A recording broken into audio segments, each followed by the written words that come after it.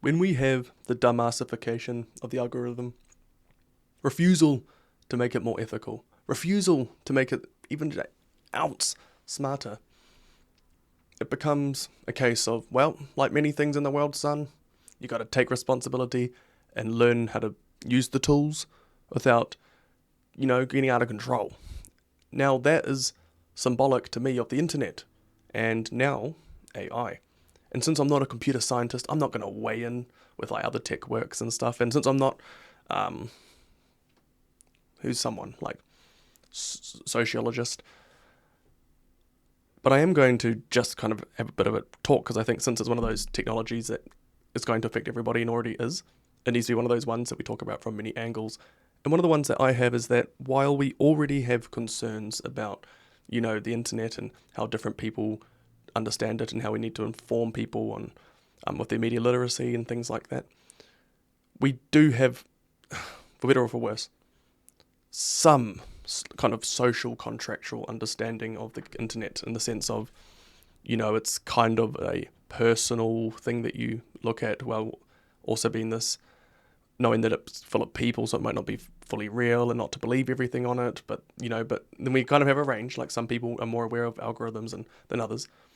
But where there's been almost zero discussion when it comes to just everyday talking is the difference between the internet and things like ChatGPT and large language models.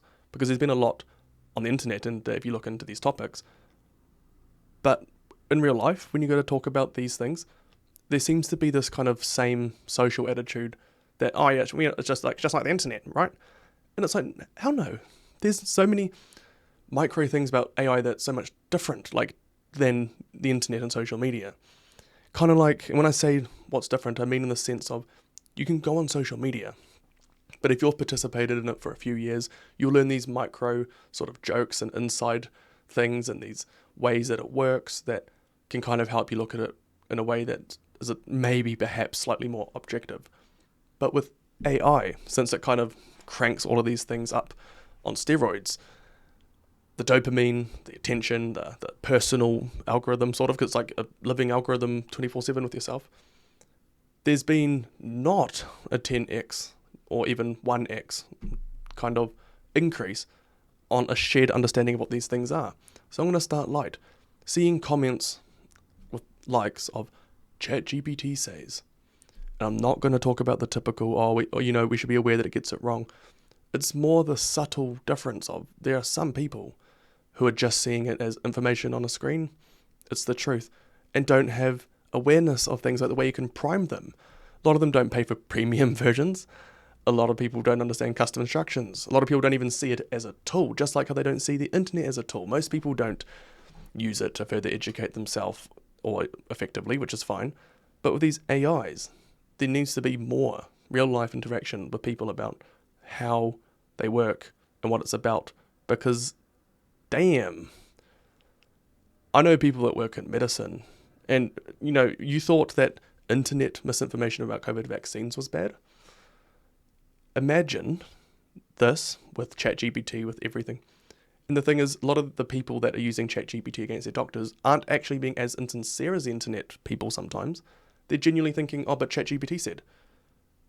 And we didn't even get started with trying to explain to someone that's coming in that naively to say that about how these things work. Like in that situation, you might say, oh no, well, I don't care. I'm a doctor. I'm going to tell you what this is. But I just mean in general.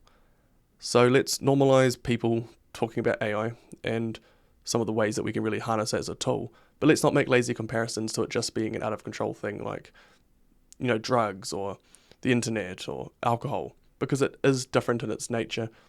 It doesn't have as many, it's a lot more deliverable, and it doesn't have as many clear downsides, and has a lot of potential for upsides. And I think it's important that if we're going to keep or develop a new social contract that might make things like AI great, we start normalizing talking about this type of stuff. Cheers, thank you for watching. Stay safe out there. Bye.